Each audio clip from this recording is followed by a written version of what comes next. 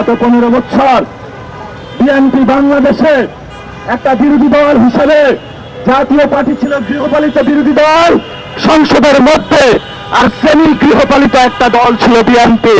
তারা রাজপথে ব্যর্থতার পরিচয় দিয়েছে। সেই ব্যর্থতার কারণে আমাদের 2000 বাইকে আমরা শহীদ হতে দেখেছি।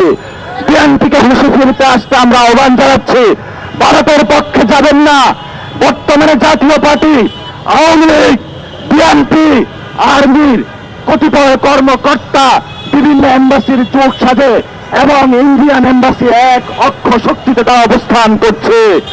তারা যতই শক্তিশালী হোক না কেন, বাংলাদেশের 18 কোটি মানুষ, আপনারা আমাদের সাথে যতই কলা দেখানোর চেষ্টা করুন না কেন, আমরা কখনো ভারতের কোলে যাব না, যাব না, যাব না।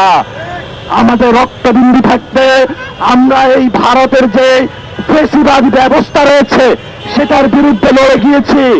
প্রয়োজনে আবার মাঠে নামবো, রক্ত দিব। বাংলাদেশের মানুষের অধিকারের প্রশ্নে আমরা কোনো ছাড় দিব না।